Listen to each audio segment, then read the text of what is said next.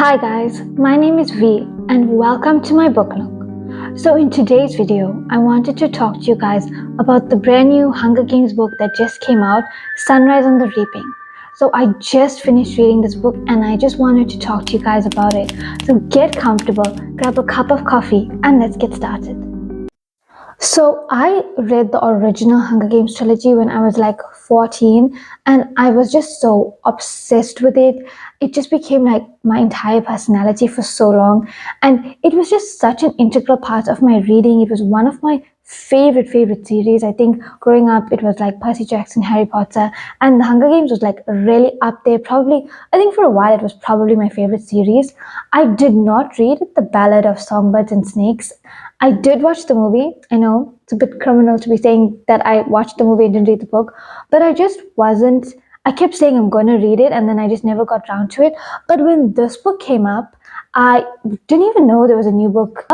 But I was always interested in Hamish's story. I think he was such an interesting character, and we didn't really know much about him in the original trilogy. I know that we had some information about his Hunger Games and stuff like that, but it wasn't like you didn't really know him in the way you knew Katniss, and so I was really curious to see what this book was about.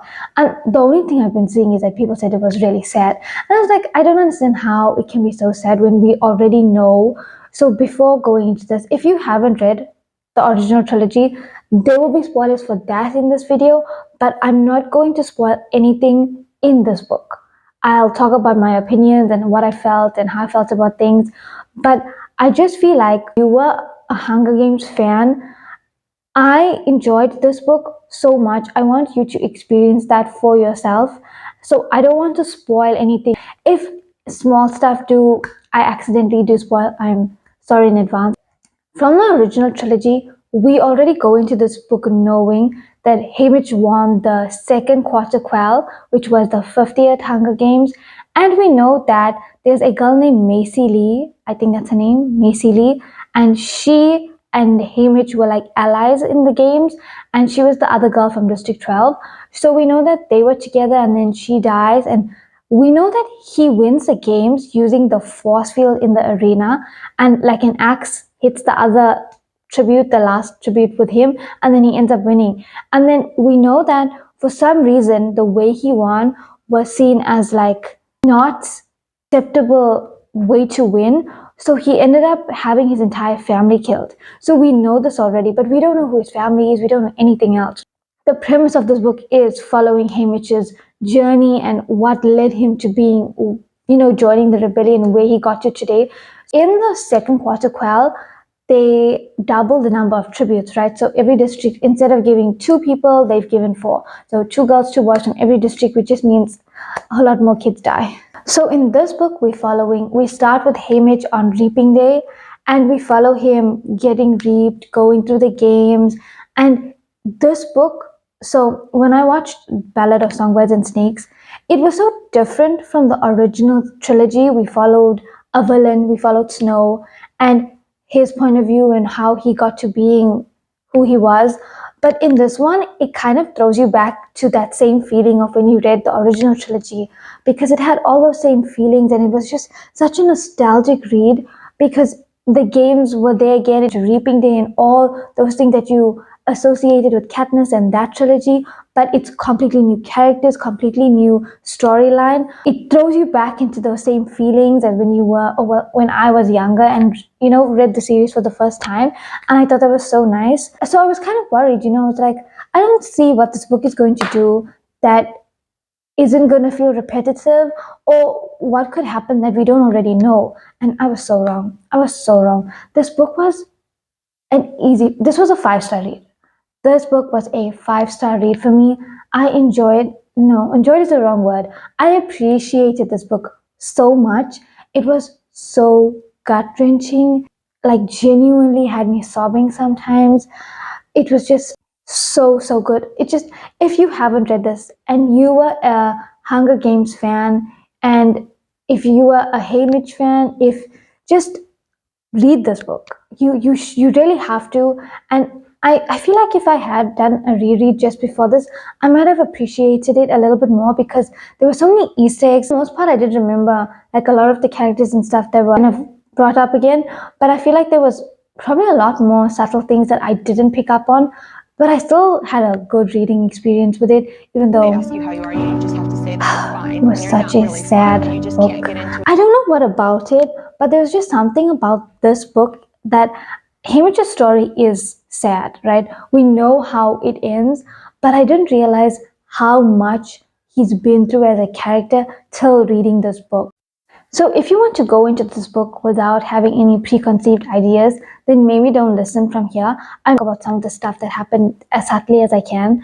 So, we start off with Hamish on Reaping Day, and we get kind of see his family dynamic, which I think just made it so much sadder to see who his family was. And then the way Hamish got reaped into the Hunger Games just added another like dimension to it that I didn't expect. Hamish as a character is so different from the Hamish we see now with good reason, but he's so much more hopeful. And I feel like when he got to the capital, right? So when they started like meeting all the other tributes and stuff like that, unlike Katniss, which I don't mean this in a bad way. I just feel like Hamish got to know so many more tributes. Like we didn't just know their names, you like had so many scenes with them. Like Hamish got really close with the people from his district, and they had this like almost familyness to them, the way they would stick together and kind of protect each other before the games even started. And even with the tributes from the other districts, you kind of got to see them a lot more. It's kind of like how Katniss and Rue had their alliance, right? But it just with so many more people, and for some of them, it felt like they were a lot closer because the way Hamish was as a character, he really like connected with people, and people really came to him and sought him out. And seeing all of them kind of band together, you were like there was this underlying layer of hope in this book that I didn't expect to be there. It was like, maybe they can get through this. And it's kind of a spoiler, but I have to say this. In this book, one of the main plot lines is that Hamish has kind of been roped into a rebel kind of scheme, and he's one of the characters that have to, help get this going.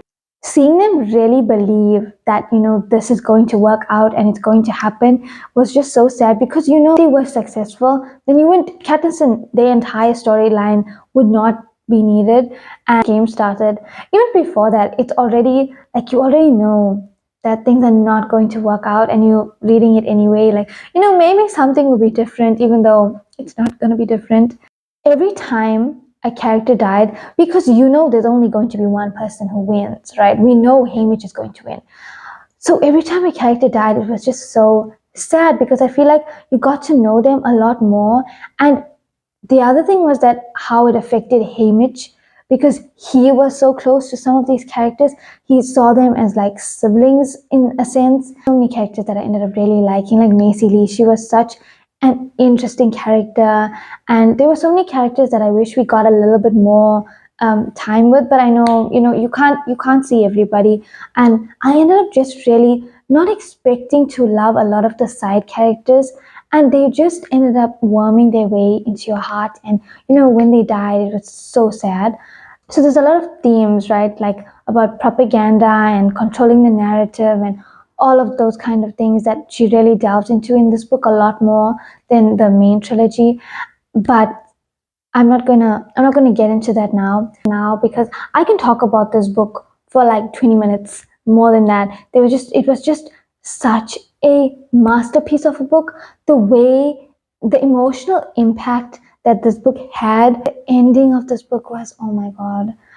Like you knew this was going to happen, but it was just still so sad. Another thing, the epilogue, a bittersweet ending in the sense that important to him, which was already gone by this point. And even though they managed to defeat Snow and everything, you can't undo all the pain and stuff that he's been through, like a way or undo anyone that died. So many Easter eggs in this, like I cannot explain to you.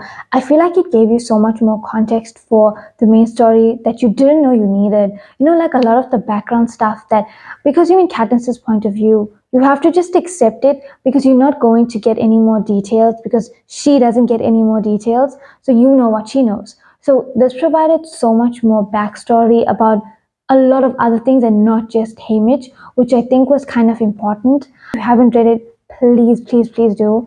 I really, really enjoyed it. Spoiler, right? That I never understood. So if you've read it, please comment down below because I never understood when I was reading it. So there was a lot of characters that the game makers, or well, Snow probably, would send the mutants or the mutts to attack because they could like be programmed to like find a specific person and only hurt that person. And I didn't understand why he didn't just do that to Haymitch because he made it quite clear, and even Haymitch throughout the book was kind of said that he's not going to survive and just wants to help get this scheme done properly. I never understood why Snow didn't just have the mutts kill him, and I understood maybe by the end he couldn't do that, and that's why his family and stuff ended up being his punishment. But I never understood, or even maybe killing one member of his family, and then that way the others would kind of be like, to keep Haymitch in check. I just couldn't understand why it happened that way. Go into this book knowing that it's probably going to haunt you and rip your heart out, but it's worth it. It's something that you have to read and experience. And that was Sunrise on the Reaping. Such a surprisingly good book. Comment down below if you've read it or if you're planning on reading it. 5 stars. 5 stars. So thank you guys so much for watching. I hope you enjoyed today's video. I have some interesting content coming up in the next few weeks. So I will see you guys soon.